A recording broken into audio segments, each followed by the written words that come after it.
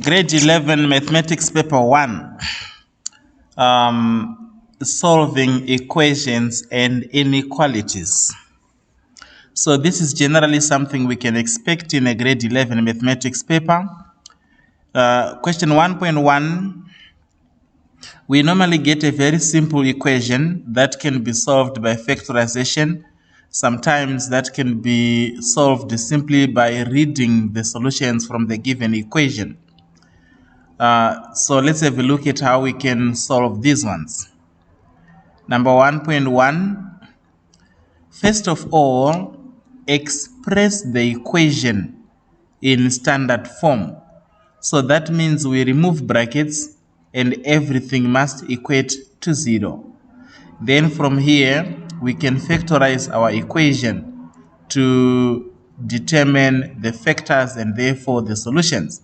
So this one in factorized form is x minus 4 factor of x plus 2 is equal to 0. Then we can see or conclude what our answers are. X is equal to 4 or x is equal to negative of 2. So after expressing in standard form, the first thing here was to remove brackets, and that is something to always remember in your mind. If you have an equation with brackets, we can remove the brackets if they are not equal to 0. Then after removing the brackets, you express the equation in standard form. Then after expressing the equation in standard form, the next thing is to factorize the equation, and then you can get the solutions. If you are not able to factorize, maybe it has happened that in that particular examination you are not able to remember how to factorize, you can apply quadratic formula or completing the square. So after standard form, it's not a must that you must factorize the equation. You can solve it by quadratic formula or by completing the square.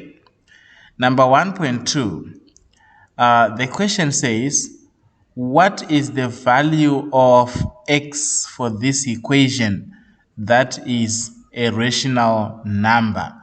So if your equation is in bracket form and the brackets are equal to 0, we don't remove the brackets by expanding them.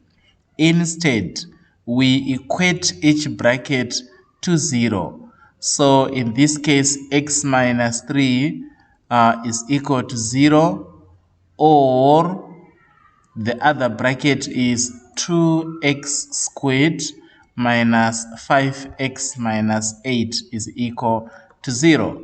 So the first bracket gives us x is equal to 3, and 3 is a rational number. So the solution for question 1.2.1, where they want us to find the value of x that is a rational number, the value is x is equal to 3. Then number 1.2.2, determine the irrational roots of the equation. The irrational roots come from the second bracket, 2x squared minus 5x minus 8 is equal to 0. Now, if an expression or if an equation cannot be factorized, like in this case we are not able to factorize this expression, then we need to think of the quadratic formula to solve the equation. Quadratic formula or completing the square. So in this equation, we can solve it by completing the square or by quadratic formula, because the equation cannot be factorized.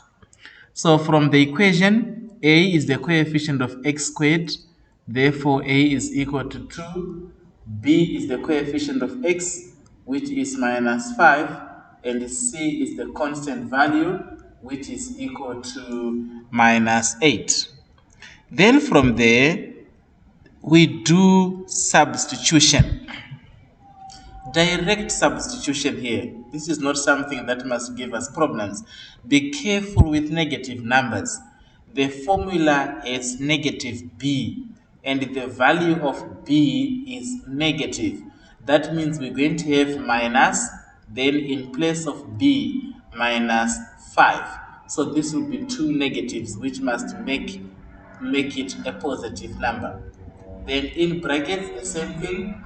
Please use brackets as much as possible. In place of b, minus 5.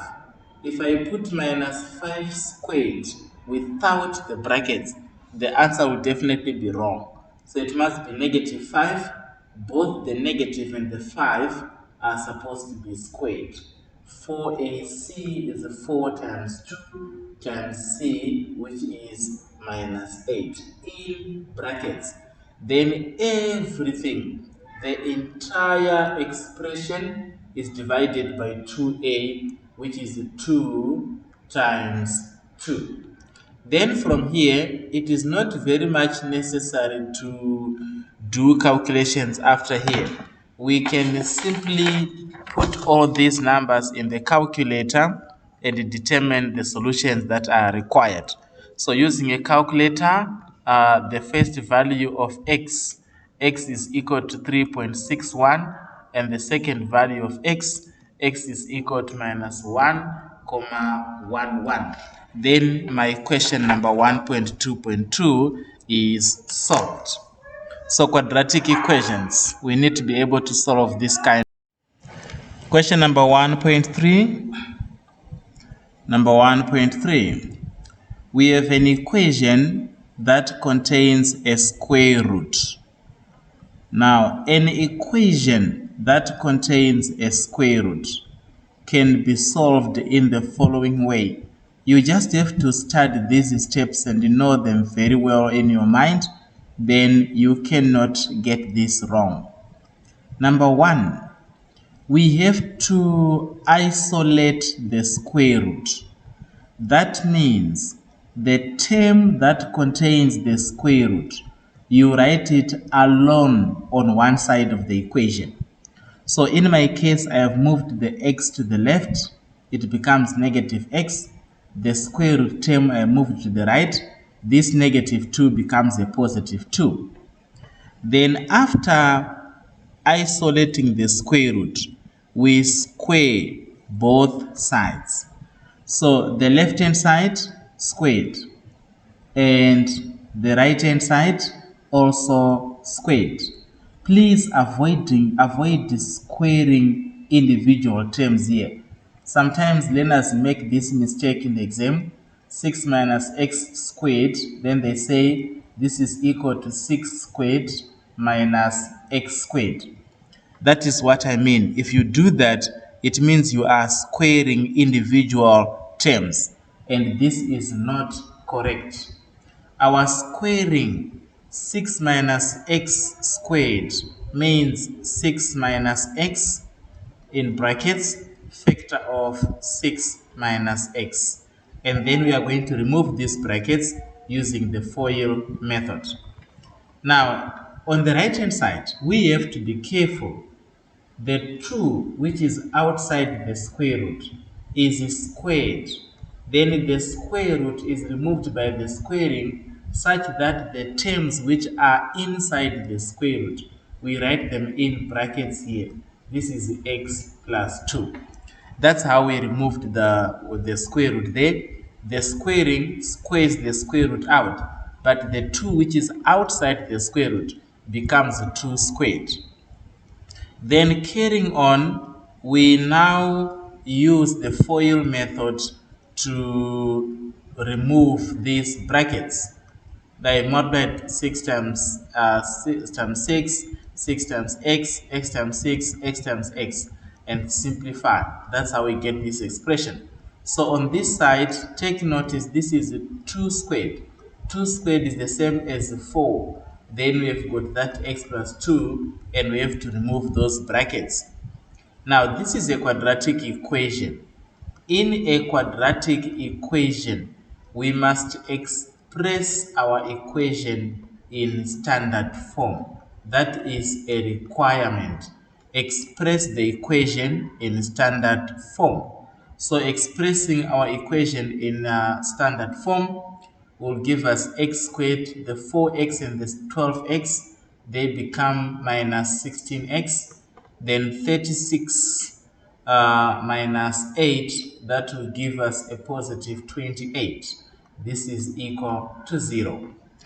Once you put your equation in standard form, you can solve the equation by factorization, or you can solve the equation by completing the square, or you can solve the equation by using the quadratic formula. So it is your choice as to which one you must use. In this case, I have used the factorization method. Now, after factorizing, I can tell what the values of x are. X is equal to 14, or x is equal to positive 2. These are my two solutions. Then, important to remember, when you are solving an equation that has got a square root, at the bottom here, you must test these numbers to see if they satisfy the equation. So that testing part, you do it on the calculator. You don't have to really do the working out. You can simply check with a calculator. My equation says 6 minus 2 multiplied by the square root of x plus 2, this is equal to x. So I've got x is equal to 14 and x is equal to 2 here. I put the value of x in place of x. I got x is 14, so I'm going to put 14 here and then also put 14 wherever x is appearing. Then this will become 6 minus 2. 14 plus 2 is 16. Then 16, the square root of 16 is 4. So this is equal to 14. If we continue working this one out, we see that it produces 6 minus 8, which is minus 2. And on the right hand side, it's 14. Minus 2 is equal to 14. This cannot be true because we know, obviously, that negative 2 is not equal to 14. So what it means now is that it means the value of x is not equal to 14. So we come here and we cross this equal sign out. Then our solution is the second one. And we have to test it as well to see if it makes sense. In this case, x is equal to 2 and x is not equal to 14. Then number 1.5 for 6 marks. Now, number 1.5, this is all quadratic, quadratic, quadratic. I have an inequality here. X minus 1, factor of x plus 4. This is greater than or equal to 6. And I want to solve this inequality. If this was 0, then it was going to be easy. But it's not 0, it's equal to 6. Therefore, we have to remove these brackets by the FOIL method. So remove brackets using the FOIL method. After removing the brackets, express your inequality in standard form. So this is how mine will look like. I expanded these brackets using the FOIL method and then moved the 6 to the left. It becomes negative 6. Now I have got x squared plus 3x minus 10 is greater than or equal to 0. Then from here, it's now in standard form. We calculate the critical values of the inequality. We solve the inequality as if it was an equation. And when we are doing this, we are doing it to determine values that can help us get the answer. And we can solve this by factorization, by quadratic formula, or by any method that we are comfortable with. This one can be factorized, so I'm going to factor it into 2 brackets, and that gives me x is equal to 5, and the other one will be x is equal to negative 2.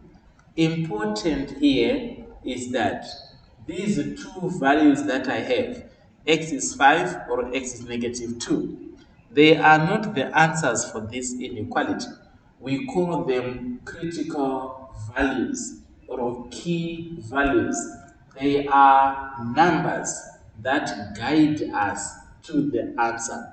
So what we need to do now is that you look at your inequality in standard form, making sure that the x squared is positive. So it says x squared plus 3x minus 10 is greater than 0. X squared is positive. So if x squared is positive, it means the quadratic expression can be represented by this graph going in this form. Now, when the graph is drawn like this, we look at our expression in standard form, and we notice that this the expression we have in standard form is greater than 0. So greater than 0 means it is positive.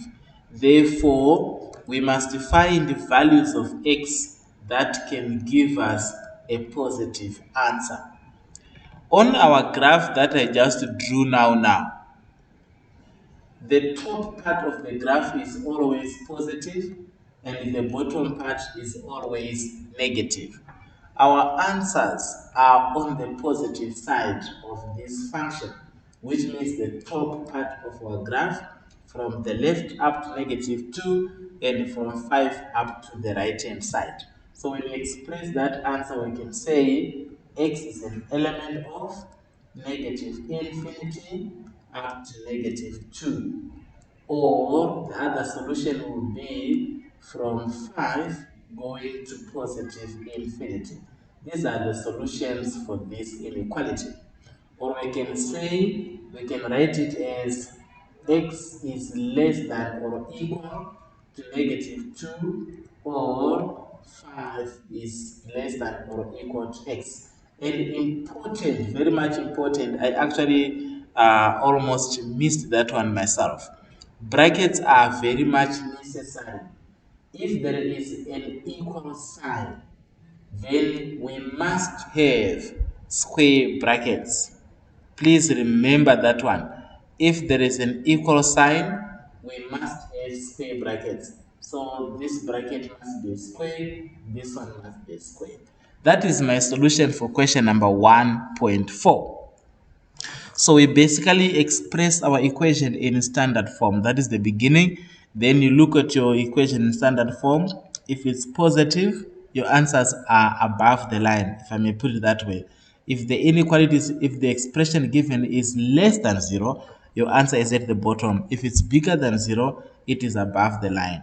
Then you are done. In terms of mark allocation, this is just a general guideline, it's not a prescription. You will be credited for expressing the inequality in standard form. We must make sure it is in standard form.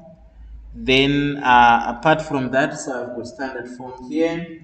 Then apart from that, I will also be credited for calculating the correct key values, and I'll be credited for expressing the answers. This diagram here, most of the time they don't give marks for this diagram, but they can give marks for method, but most of the time they credit in that particular way. Your inequality is solved. That is our answer for question number 1.4. Question number 1.5. Number 1.5. We have exponents in this question. It is very much vital at grade 11 level to have a good understanding of the laws of exponents. I must have a good understanding of the laws of exponents. Right, let's see how we can solve number 1.5. Reading the instruction, given 2 to the power x plus 2 to the power x plus 2 is equal to minus 5y plus 10. So the concept to start here is that you must learn the laws of exponents, because the questions always change, but they definitely revolve around the laws of exponents. So the question wants us to express 2 to the power of x in terms of y. What does that mean? It means in the given equation, you must simplify this equation and make 2 to the power of x the subject of the equation. Write the equation in such a way that it starts with 2 to the power of x. That is basically what it means. So, to achieve that, we have to separate the exponent x plus 2 into two exponents. And if I do that, I can see that my 2 to the power of x, which is what I want to isolate, is appearing in two different positions. If that happens, it means you must factorize. So 2 to the power x, then you put brackets. In the first position, we remain with 1. And in the second one, we remain with 2 to the power 2. This is equal to minus 5y plus 10. Then we simplify. So 2 to the power of x, factor of 1 plus 2 squared. 1 plus 2 squared is equal to 5. This is equal to minus 5y plus 10.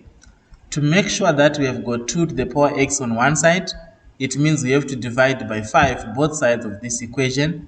Divide everything by 5.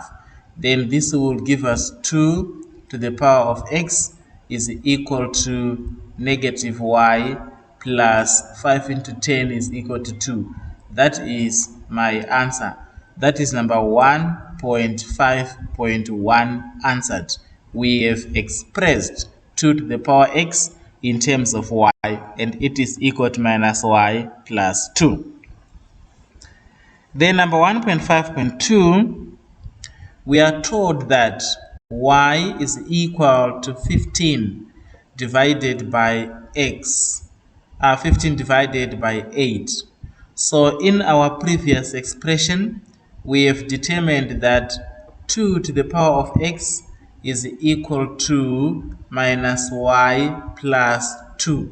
Then we are told that y is equal to 15 over 8. So that means we basically are going to replace 15 over y with 15 over 8 and then simplify the resulting equation to be able to get the answer that we need in this case. So let's do that. Minus 15 over 8 plus 2. This 2 is 2 over 1. And we know that in fractions, if the denominators are the same, we can add those fractions. So I'm going to multiply 2 over 1 by 8 on top and at the bottom so that the denominators may be the same. 2 to the power x will equal to minus 15 divided by 8 plus 16 divided by 8. When the denominators are the same, you can add the numerators. That means 2 to the power of x is equal to 1 over 8. After simplifying, minus 15 over 8 plus 16 over 8. Then I have got an exponential equation. In an exponential equation, we make the bases the same. So 1 over 8 is the same as 1 over 2 to the power of 3.